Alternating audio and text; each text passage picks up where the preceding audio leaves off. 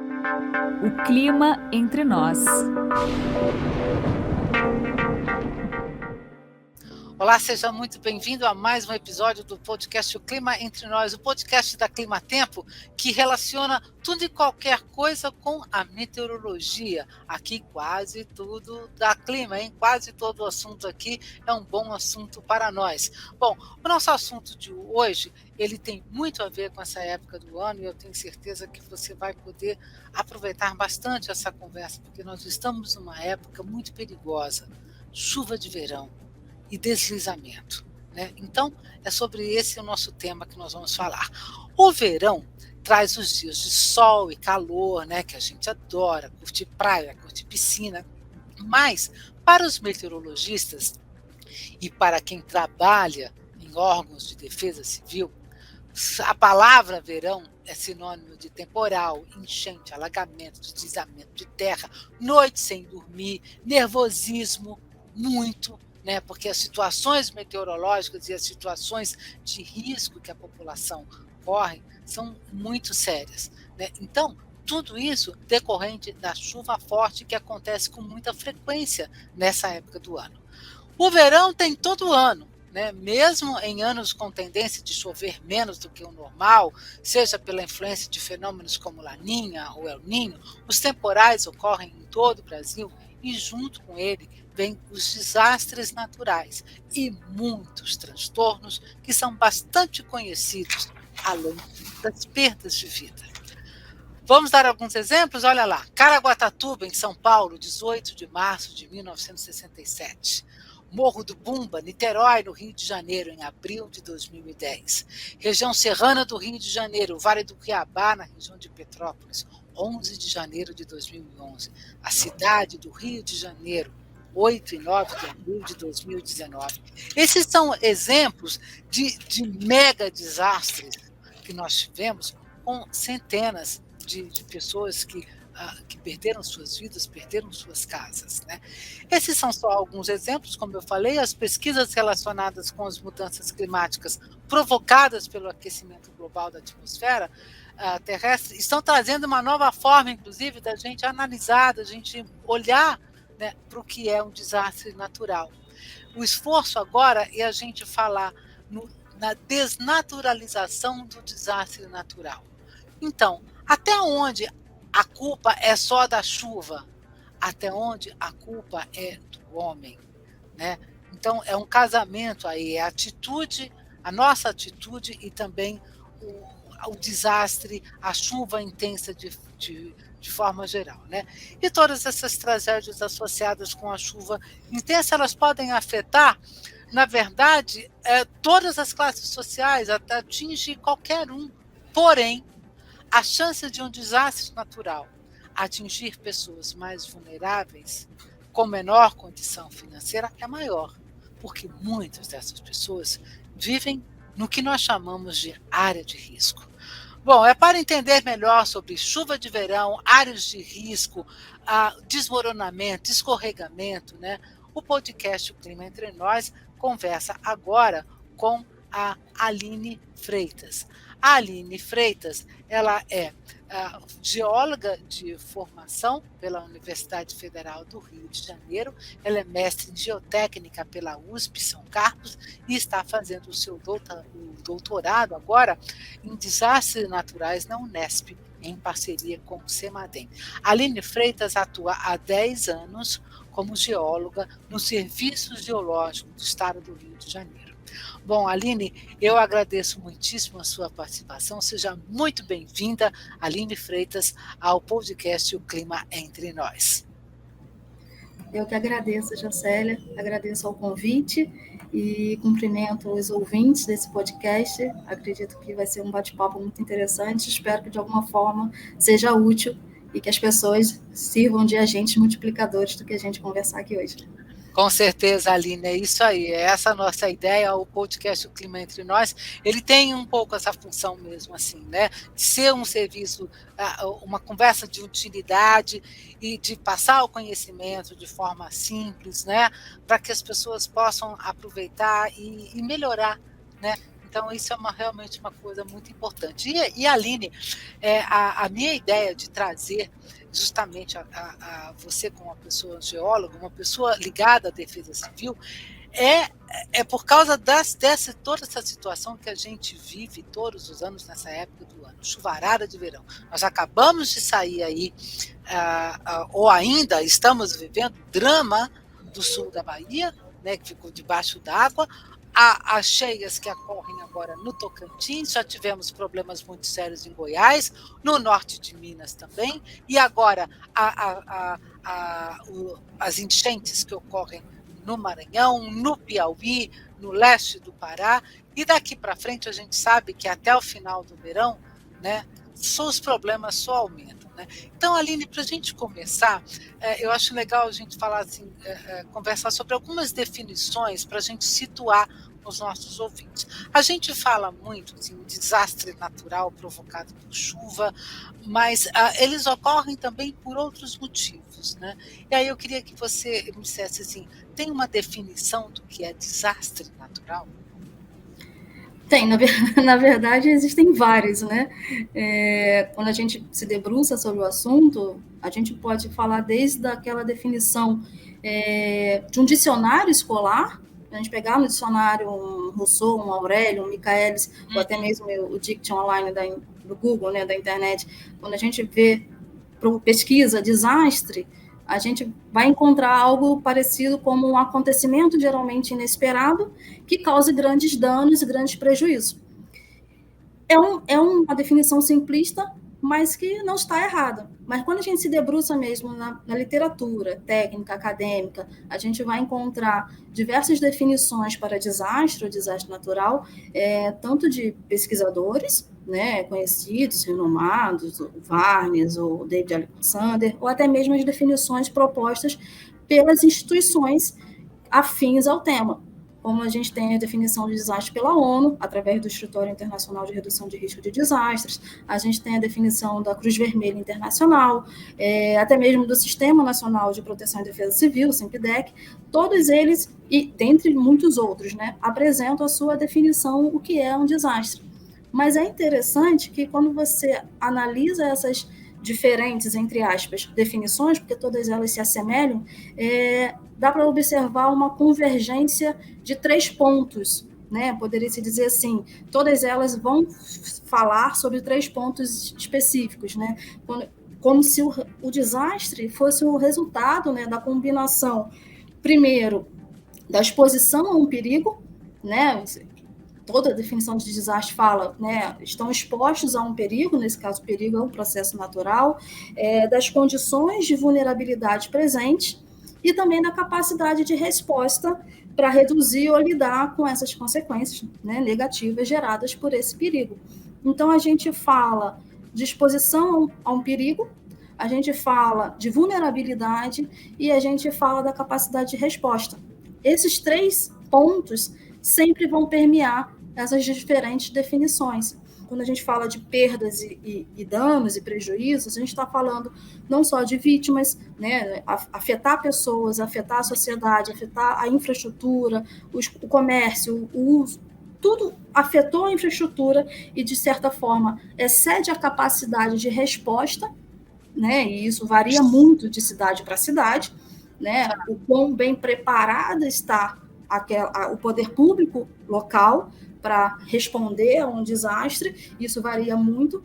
Tudo isso influencia na ocorrência ou não e na magnitude desse desastre. Né? Por exemplo, eu costumo citar o seguinte, 100 milímetros de chuva em 24 horas. 100 milímetros de chuva é muita água em qualquer lugar do planeta. Tá? Então, assim, para qualquer 100 milímetros de chuva em 24 horas, dá para fazer estrago em quase qualquer lugar. Agora, uma coisa é cair 100 milímetros de chuva numa plantação lá em Mato Grosso. A outra coisa é cair 100 milímetros de chuva dentro de um rio, dentro do Rio Tocantins, do Rio Tietê, lá no interior de São Paulo. A outra coisa é cair 100 milímetros de chuva numa pequena cidade do sul da Bahia, ou numa metrópole, como São Paulo ou Rio de Janeiro, ou cair 100 milímetros de chuva numa área de serra, de encosta, por exemplo, né? Uhum. E aí a gente começa a ver... São cenários completamente diferentes. A chuva é a mesma. Sim. Agora, o impacto que ela vai ter, né? São completamente diferentes. E aí vai entrando também, como você falou, quer dizer, quem é que está naquela situação? Quem está exposto? Isso, mas esse ponto aí que eu acho extremamente interessante. Quando você fala se expor ao perigo, o que você quer dizer com isso? Quais são os elementos, né? E aí elementos entra, como eu falei, né? Tudo que está exposto àquele evento perigoso. Quando a gente fala dos grandes desastres, por exemplo, um terremoto, um vulcão, um tsunami, é um processo 100% natural. Sim. Quando a gente fala de processos geodinâmicos exógenos, né, os superficiais, como os deslizamentos e as inundações, hoje em dia, né, principalmente nas áreas urbanas, não necessariamente esse processo é 100% natural. Ele pode ter uma influência antrópica na ocorrência dele.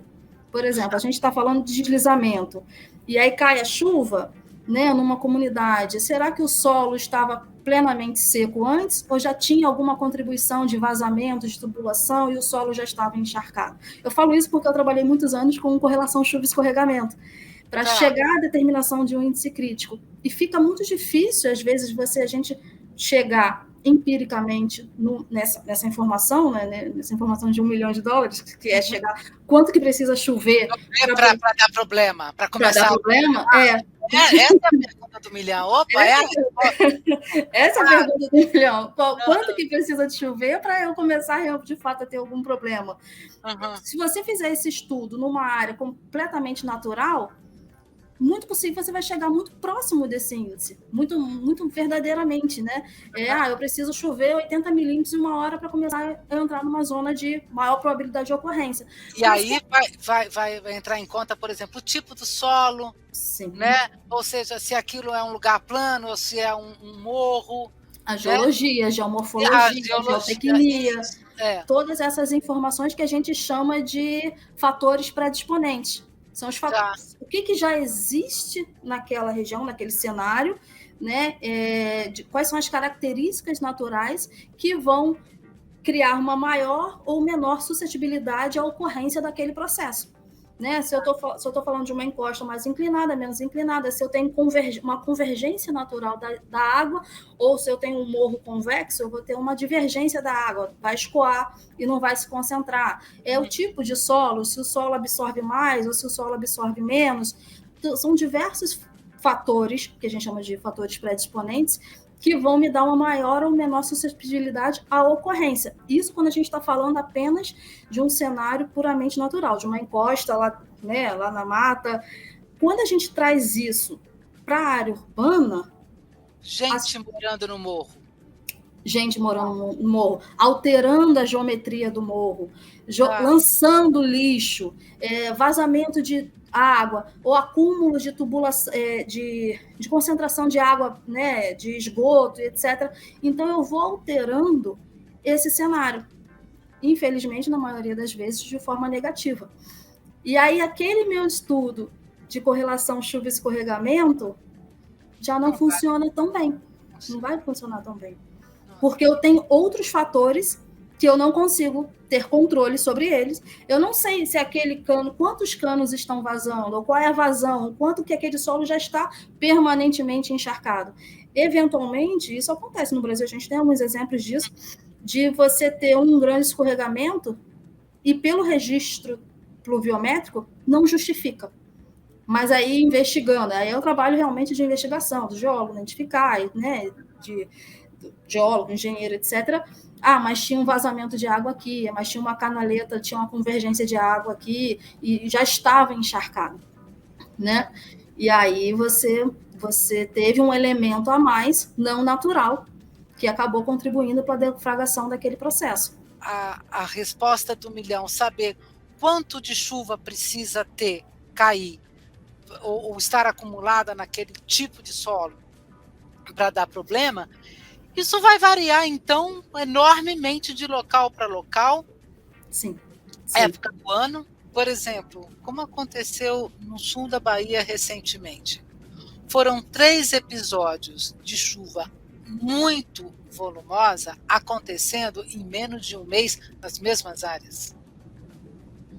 Então, não tem rio que sustente, não tem solo que aguente, porque o volume de água em áreas do sul da Bahia, por exemplo, correspondeu à chuva de um ano, quase um ano, em menos de um mês. Qual é a pior chuva? Né? Assim, é aquela chuva muito intensa em pouco tempo, a chuva moderada que se prolonga por muitas horas. Como é que você, que geologicamente, né, a gente avalia esse tipo a forma da chuva? Olha, eu vou dizer, as duas são muito importantes. Por quê? Tá. A gente precisa considerar o tipo de solo, né? Correto? Quando a gente tem uma chuva, como você falou antes, você tem a chuva antecedente, né? Que já vem preparando o solo, já vem encharcando ele, e você tem aquele pico horário, aquela chuva de maior intensidade. Mas o solo já vinha encharcado, ele não estava completamente seco. Mas em relação a uma chuva de baixa intensidade e alta intensidade, se a gente considerar os diferentes tipos de solo, cada solo vai ter uma capacidade de infiltração diferente. Tá. E vou até citar o exemplo que você deu. São chuvas completamente diferentes. Uma chuva 100 milímetros é 100 milímetros, né? Muita água. Muita água. Agora, completamente hipotético, tá? 100 milímetros em 1 hora, 100 milímetros em 24 horas, 100 milímetros em 10 dias. São chuvas completamente diferentes. O impacto é completamente diferente. Exato. Sendo que 100 milímetros em 10 dias, muito provavelmente, tudo que choveu vai infiltrar. Porque essa chuva foi branda. É aquela chuva fina, aquela chuva... Ou seja, ela foi caindo aos poucos, né? Aos poucos. E o solo teve a capacidade de absorver essa chuva. Tá. Quando tem uma chuva muito intensa, o solo não vai aumentar a sua capacidade de absorção só porque está chovendo mais, né? Ou seja, parte vai escoar até o seu limite máximo, né? Tá. Vamos chamar de capacidade de infiltração, né? Tem a condutividade hidráulica do solo, os parâmetros físicos do solo. Né? Aqui a conversa é mais coloquial. Aqui nós temos algumas licenças porque temos que ser claros com o ouvinte. Mas exatamente. E aí, por exemplo, eu tenho uma chuva hipotética, né, novamente, de 100 milímetros em 1 hora, a maior parte dessa água vai escoar. O solo não vai absorver. Não quer dizer que não vai me causar problema. Não estou falando isso, pelo amor de Deus. Não pode me causar, porque vai me causar um escoamento muito violento, uma erosão violenta. Essa água escoando, porque quando a gente fala de escorregamento, né, é o desenvolvimento de uma superfície de ruptura no solo. Esses 100 milímetros em 1 hora, por exemplo, numa cidade, pega o Rio, pega São Paulo, naquela tudo asfalto, né? Exato, tudo asfalto. A boca de lobo não dá conta de absorver aquilo tudo. Não vai. E mesmo o solo natural, o solo estando exposto, ele não vai conseguir absorver, vai escoar. Vai me causar outro problema. Vai escoar por cima. A água vai escoar por cima. Ele não vai entrar no solo. Vai entrar só o que o solo consegue absorver. Dentro desse exemplo, por exemplo, novamente uma licença poética aí. Sim. Eu tenho 100 milímetros em 1 hora. E a capacidade máxima de infiltração, capacidade de absorção do solo não passa de 10 milímetros em 1 hora, 90 milímetros vai escoar. Vai escoar por cima. Entendeu? E aí agora, vai a lâmina, eventualmente, né? Exatamente. Sobe a água, vai ter. E aí você tem uma superfície inclinada, essa água vai descer. Vai escoar com muita velocidade, muita violência. E não quer dizer velocidade. Exatamente. Agora, quando eu tenho esses 100 milímetros distribuídos ao longo de alguns dias, de uma chuva muito branda, toda essa água vai infiltrar. E aí eu tenho um solo bastante encharcado. Aparentemente, não é uma chuva que você visualmente, né, uma pessoa comum, não está chovendo pouquinho, não está tendo problema. Não. Eu estou gerando, ao longo, né, em alguns dias, uma situação de maior risco. de maior... E aí, no próximo pancadão... Eu não preciso mais chover tanto para poder me dar problema, porque o solo já está encharcado. Já está encharcado. Então, as duas chuvas são problemáticas, mas acaba que, naturalmente, a chuva de grande intensidade causa maior medo, né? Todo mundo já pensa direto, mas a chuva de baixa intensidade, ela também ela vai diminuindo o fator de segurança daquela encosta, daquele talude. E até porque, Aline, assim, muitas vezes assim, essa tempestade assim, de volume de chuva muito grande em pouco tempo, quando você fala, a gente fala assim, 100 milímetros em 24 horas, muitas vezes, grande parte dessa chuva aconteceu, na verdade, em poucos minutos. Né? Em pouco minuto. Meia hora, né? Quer dizer, a maior parte. Então, assim... Uma concentração. Chove 50 milímetros em 20 minutos e aí os outros 50 distribuídos em mais 1 hora, 2 horas. Ô, Aline, vamos falar um pouquinho agora dessa situação, que é o seguinte, porque começa essa situação de ter tempestade aqui, tempestade ali, área de risco, né? Se era ou não uma área de risco, aí começa a aparecer reportagem para tudo quanto é lado, e aí os geólogos começam a também ser muito solicitados, não só os meteorologistas, né, para saber das chuvas e tal, mas os geólogos também. E aí começa uma questão que eu sempre tive muita dúvida. Falei, meu Deus do céu, será que vai aparecer um geólogo que vai me explicar direitinho essas coisas? Né? Porque aí começa. Não, o que houve foi um escorregamento. O que houve foi um deslizamento. O que houve, eu falei assim, meu santo, tá, é o seguinte, caiu aquele monte de terra e soterrou a casa, né? Tudo bem, mas a hora que a gente analisa o tipo de problema que aconteceu, quer dizer, essas diferenciações, na verdade, são importantes, né? E aí eu queria que você explicasse um pouquinho, né, esses termos, fizesse essa diferença de escorregamento, deslizamento, desmoronamento. Então, como é que funciona isso na geologia? Quais são as especificações para cada termo desse? A gente tem, na verdade, o que é chamado de movimentos gravitacionais de massa.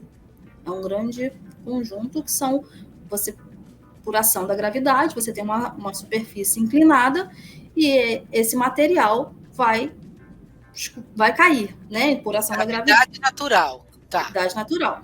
São os movimentos gravitacionais de massa.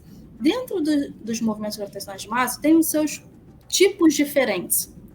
Tá. Nós temos as quedas, né? Muito comum em quedas de rocha, né? Temos as quedas, temos os escorregamentos, temos os fluxos e temos os rastejos, que é um processo muito mais lento, né? Então, o nome já sugere um pouco isso, né? É o rastejo. E aí, são processos diferentes, baseados na velocidade que cai o material, no tipo de material, na superfície de ruptura, a forma da superfície de ruptura, enfim, diferentes características entre eles. Escorregamento em si, escorregamento e deslizamento são sinônimos. Ah, sim, olha aí. São sinônimos. Isso, escorregamento e deslizamento são sinônimos. Desmoronamento, dificilmente, não vou falar nunca, né? Mas dificilmente você vai encontrar desmoronamento num artigo técnico. É mais um nome mais coloquial, que a gente vê na TV, né? Falando, desmoronou morro, desmoronou talude, desmoronou... Mas isso é mais um termo muito mais popular. Quando a gente vê cortes nos taludes de estrada, né? Você tem encosta, você faz um corte para abrir a estrada. E aí a gente tem um talude artificial. Entre os morros. Isso. É muito mais comum você ter um escorregamento planar, que são escorregamentos mais rasos, né? A superfície de ruptura, ela se desenvolve muito próxima da superfície. Tendem a ser escorregamentos com pouco volume de material, né? Um pouco mais rasos e acaba caindo até mesmo sobre a via. Os maciços rochosos, quando você tem solo, esse solo a profundidade desse solo é muito rasa. E aí começa a chover, infiltra água nesse solo. Como a profundidade é pouca, logo você vai encontrar o contato com a rocha. Tá. A água não vai entrar na rocha na mesma velocidade que ela... Não. Exato. Sim. E aí você começa a empapar ali, você começa a encharcar demais ali. Se você está numa superfície inclinada, aquela área onde você encontra o solo com a rocha acaba perdendo coesão, porque está tudo cheio d'água. E aí você rompe o material. acaba Claro, caindo. porque aquela água não vai para a rocha. Não vai segurar, exato. Você E aí, perde. desce aquilo tudo, fica lá a rocha e a terra com vegetação toda acaba. Uma foto clássica para a pessoa conseguir visualizar isso que a gente está falando, porque é difícil sem fotos, né? É aquele acidente que teve lá na Ilha Grande em 2010, da pousada Sankay. Era tudo mata, e aí quando aconteceu, expôs a rocha. Porque tinha solo? Tinha, mas a espessura era pequena. Aí acabou acumulando água justamente nesse contato entre o solo e a rocha. É uma característica da Serra do Mar, não é? Sim. É uma característica da Serra do Mar. É rocha e pouco solo para segurar pouco a solo. vegetação. E aí a água não tem para muito entrar. Ela vai infiltrar, mas ela não tem como descer demais, porque ela encontra o contato com a rocha. O que torna a Serra do Mar, a nossa querida Serra do Mar, muito mais vulnerável do que outras serras. Estou errada? Exatamente, aquilo que eu estava falando antes, dos fatores predisponentes. O que são os fatores predisponentes? A geomorfologia, a geologia, né? O que você tem naquela região que torna ela naturalmente mais predisposta, mais suscetível à ocorrência desses processos. Nossa, e você sabe, Aline, que essa região particular ali de Angra dos Reis, Ubatuba, a Paraty, ali tem um detalhe, né, que assim, é o ponto da Serra do Mar mais próximo do oceano, né? Sim. E ali ele tem uma absorção de umidade, por exemplo, com determinadas circulações, determinadas direção de vento, que é maior do que outros locais. Mas aí você então pega, veja só, a Serra do Mar tem muita pedra, né? E aí aquela porção de terra pequena para segurar a vegetação, um lugar que chove a beça, íngreme, né? E aí você coloca uma construção bem coladinha no pé da serra. Você está procurando o perigo, não é isso? Está procurando o perigo. Isso, né? Não quer dizer que não possa ocupar, mas você pode ocupar com segurança. Mas tem uma situação que eu estou lembrando realmente dessas fotos, que é o seguinte, que é muito interessante, porque é como assim, você tivesse um bloco de terra, ele cai meio que empurrado, sabe? Ele cai meio junto, ele não vai deslizando, sabe? Isso é comum em rocha.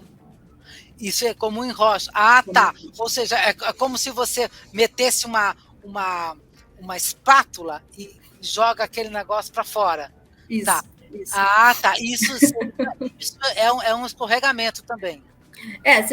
Quando a gente fala de quedas de rocha, a gente tem as quedas, a gente tem os tombamentos, a gente tem até o próprio deslizamento da rocha. Porque quando você tem um maciço rochoso, ele comumente está fraturado, seja por fraturas tectônicas, né, a origem desde da movimentação das placas. Fendas. Isso. Na rocha. Na rocha, fendas na rocha.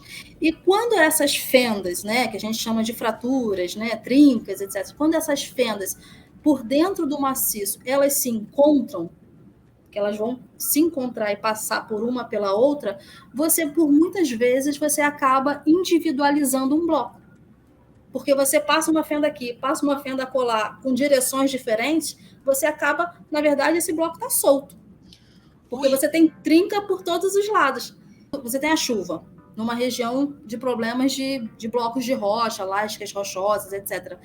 Geralmente, quando você tem um acidente, ele não vai acontecer quando está chovendo, quando a gente está falando de rocha. Ele vai acontecer um tempo depois. Por quê? A água vai precisar de um tempo para percolar por entre essas fraturas. E aí, ela percolando por dentro do maciço rochoso, em algum determinado ponto, mais frágil, o bloco está mais individualizado, já esteja solto, e aí a pressão da água acaba por provocar a queda dele, entendeu? Mas é muito interessante, porque... Depois de vários eventos de chuva forte, por exemplo, você começa a ter que se preocupar com o escorregamento de pedaços de blocos de rocha.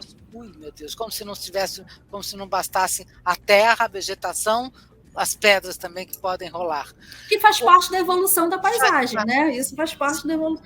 O problema é quando há elementos, né, ajusantes dessa área, né? E elementos expostos a esse processo perigoso.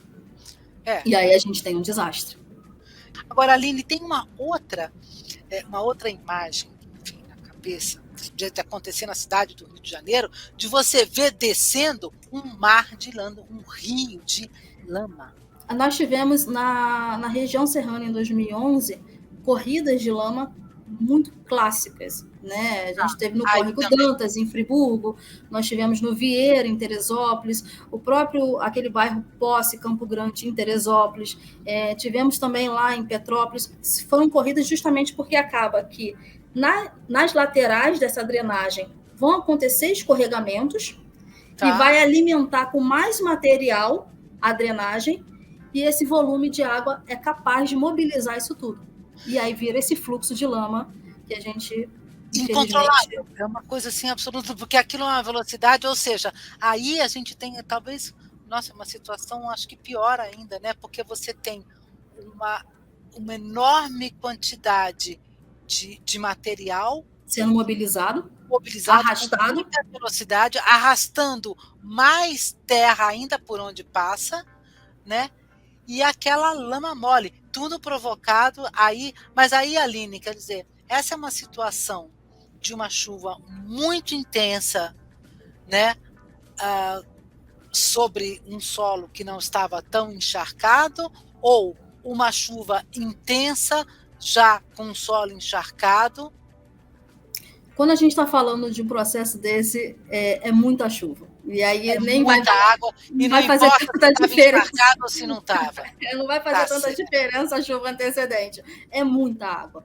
Água que se concentra nas drenagens, né, das encostas, e acaba mobilizando tudo. A força é tão grande, essa energia, né, essa capacidade de mobilização é tão grande, que muitas das vezes acaba arrastando tudo mesmo e erodindo o fundo do leito, e a gente chama de blocos exumados. Você acaba, depois que tudo passa, e aí o geólogo vai lá mapear, etc., a gente acaba muitas das vezes, nesses casos maiores das grandes corridas, encontrando blocos que estavam soterrados antes, que não era... o leito do rio estava aqui, esse bloco estava aqui. Até o material do próprio rio é levado por essa força. Nossa. E você acaba expondo... A geografia, né? Muda a geografia. Que foi o que aconteceu em Petrópolis, no Vale do Cuiabá. Isso, exatamente. Prevenir é a palavra, né? Embora isso seja uma coisa muito delicada, porque a gente sabe que as pessoas moram em área de risco, não porque querem muitas vezes, né? Você consegue levantar assim alguns pontos que pudesse servir de orientação para as pessoas, né? Coisas como assim, olha, se você observar tais e tais coisas, peça ajuda, né? Então, o que você falaria para as pessoas para que elas, para minimizar, né, a situação de risco que possivelmente ela se encontra? Sim, tem algumas, não vou falar dicas, né? Mas tem algumas, tem algumas informações que, se mais pessoas conhecessem, né, a gente evitaria chegar a muitos acidentes, justamente, né? E aí, educação, né? A gente levar esse conhecimento ao maior número Educação possível. geológica. Educação geológica, exatamente. E aí, a pessoa, por exemplo, ela identificar no seu terreno ou da própria casa a formação de trincas, né? Você não tinha antes e passou a... Nem toda... Quando a gente pensa na estrutura de uma casa, trincou a parede. muita gente já pensa, uma trinca estrutural, é o cimento, sei que ela pode não, se você mora em áreas de encosta, pode não ser um problema puramente estrutural, pode ser a movimentação do solo embaixo que já está refletindo na estrutura que está acima. A porta que não fecha direito mais. A porta que não abre mais, o guarda-roupa que emperrou, e muitas das vezes é após uma chuva. Se a pessoa tiver essa percepção, nossa, realmente foi depois daquela chuvarada que teve no final de semana, eu percebi isso, né? Então, você identificar um muro que inclinou, ou um muro que está embarrigando, geralmente são esses muros que estão atrás da casa, na encosta. Você vê que o muro está crescendo, o muro está embarrigando. Então, na verdade, a encosta está empurrando. Se a encosta está empurrando, ela está instável, ela está em movimento, né? É um poste que inclinou, é uma cerca que inclinou. E evitar você realizar corte, né? Você evitar, e isso é muito comum. Quando eu falo é cortar o talude, cortar a encosta. Isso é muito comum na dinâmica de ocupação nossa, né? Você corta atrás para você expandir sua casa. Eu quero fazer mais um cômodo, então eu não posso crescer para frente, então eu cresço para trás. Aí eu tenho que cortar o talude, né? Então isso acaba mas é só um cortezinho, mas esse cortezinho pode ser o suficiente para instabilizar a encosta. E aí você vai estar gerando uma situação de risco. Às vezes nem estava numa situação de risco e pode estar gerando uma situação de risco. Lixo, a gente identifica muitos casos que eles são agravados, o grau de risco ele é agravado por conta de lixo. Lançamento inadequado de lixo. A gente tem depósitos de lixo no meio da encosta, né? É claro, é evidente que isso envolve outros poderes, outras secretarias, como a gente falou, né? É um conjunto de ações, não só cabíveis ao geólogo, ao engenheiro, à defesa civil, né? Toda uma questão social também, né? Mas que se cada um começar a fazer a sua parte, a gente está evitando você estar numa área de risco ou criar uma área de risco para você e para o seu vizinho, para o seu próximo, né? Eu vou aproveitar justamente uma cartilha, eu vou divulgar, eu sempre divulgo essa cartilha. É a cartilha da CPRM, que é o Serviço Geológico do Brasil, que é disponível online. Se jogar no próprio Google, né, cartilha Comunidade Mais Segura, CPRM, entra lá, Comunidade Mais Segura, CPRM, joga no Google. Essa cartilha ela tem uma linguagem super acessível, com todas essas dicas. Ainda tem a parte atrás, e é uma cartilha que foi muito pensada para o público infantil, porque atrás tem um pinte rabisque, tem uma coisa, mas a parte de leitura é para todo mundo ler. Que ótimo. Com diversas figuras, com diversas... uma leitura super fácil e acessível. Então, justamente, eu sempre divulgo essa cartilha. Quando eu tinha ela impressa, eu tinha um lote impresso, eu distribuía em todos os lugares que eu ia, principalmente quando eu ia palestrar em escola, alguma coisa, porque justamente a gente está tentando, né, procurando aumentar essa conscientização, aumentar essa educação geológica, né, e aumentar a percepção de risco da população, em especial dessas pessoas que moram nas áreas de risco, né, para ela se proteger, para ela aprender a identificar, e no sinal de qualquer situação dessa, ligar para a Defesa Civil Municipal. Né? A primeira situação é ligar para a Defesa Civil Municipal. Uma coisa muito interessante, tanto para os agentes técnicos, geólogos, engenheiros, todos os atores que participam no momento de uma emergência, quanto para a população, são os simulados. Você realizar simulados. Sim. Porque isso é muito importante. Quando a gente fala de educação, de conhecimento, por mais que a gente leia, né? Eu estudei, eu sei o que eu tenho que fazer, a gente precisa criar uma memória muscular, uma memória do que eu sei o que fazer porque eu fiz. Tá, ok. Na hora H, como é que é? Na hora H. Eu já fiz isso. Nossa, exato. O simulado. A gente precisa muito aumentar, divulgar a execução de simulados. Porque uma vez é você saber, eu tenho que ir do ponto A ao ponto B. Mas na hora da emergência... Até lá, na hora da emergência. Na hora da emergência... Todo mundo nervoso. Exato. Então, os simulados ajudam você a fixar, e muito dos simulados eu já participei de alguns simulados, você consegue realmente se sentir numa situação de emergência, e aí são simulados grandes, que você tem atores, que você simulando vítima, simulando tudo, como que você reage a uma situação de emergência? Será que você conseguiria fazer com a mesma tranquilidade? Muito provavelmente não. Então, você também precisa simular e treinar a sua capacidade de resposta. É aquilo que a gente falou lá atrás. É a capacidade de resposta de cada um. Como que você consegue e o quanto que você consegue fazer numa situação de emergência. E os simulados, esses treinamentos, esses simulados ajudam em muito isso. Isso faz parte desse processo de conscientização e de educação da população como um todo. O primeiro responsável pela minha vida sou eu. A primeira pessoa a ser responsável pela minha vida sou eu. É você mesmo. Então, a gente precisa saber o que fazer nessas horas. Né? E muitas das vezes esse conhecimento as defesas civis passam, né? Isso é muito incrível, Aline, porque o que você falou é muito importante. Quer dizer, o primeiro responsável pela sua vida é você mesmo. Você mesmo. Né? E aí,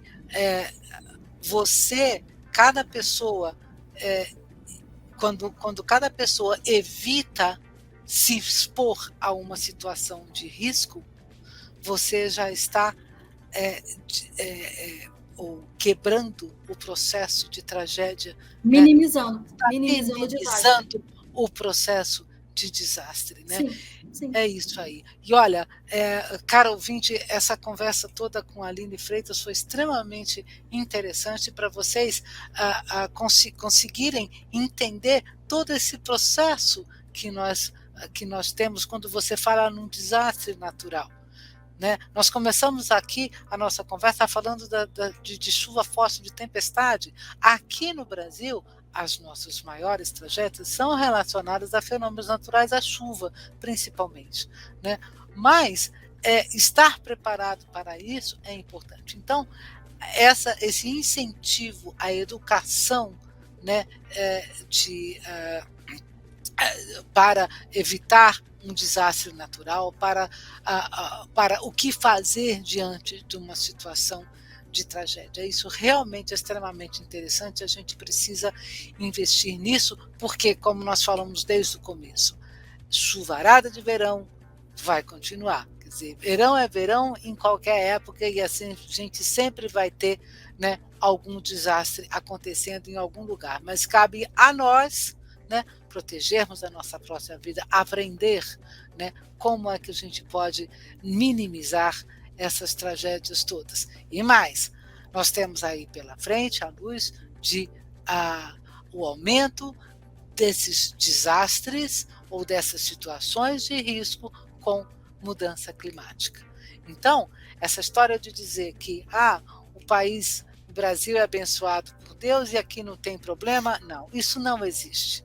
Né? Nós temos muitos problemas e realmente cabe a nós aí nos ajudar, né, aprendendo, a ter conhecimento para poder minimizar essas histórias. Aline Freitas, eu agradeço muitíssimo ao seu conhecimento, a sua entrevista. Caro ouvinte, eu espero que você tenha aproveitado muito este conhecimento, né, que possa te ajudar a passar por mais esse verão e não se esqueça, outros desastres, outros verões virão com outros desastres. Então, nós temos que nos educar para evitar os outros riscos. Eu agradeço muito a sua escuta, a sua audiência. Você pode entrar em contato com o podcast O Clima Entre Nós através do nosso e-mail podcast@climatempo.com.br.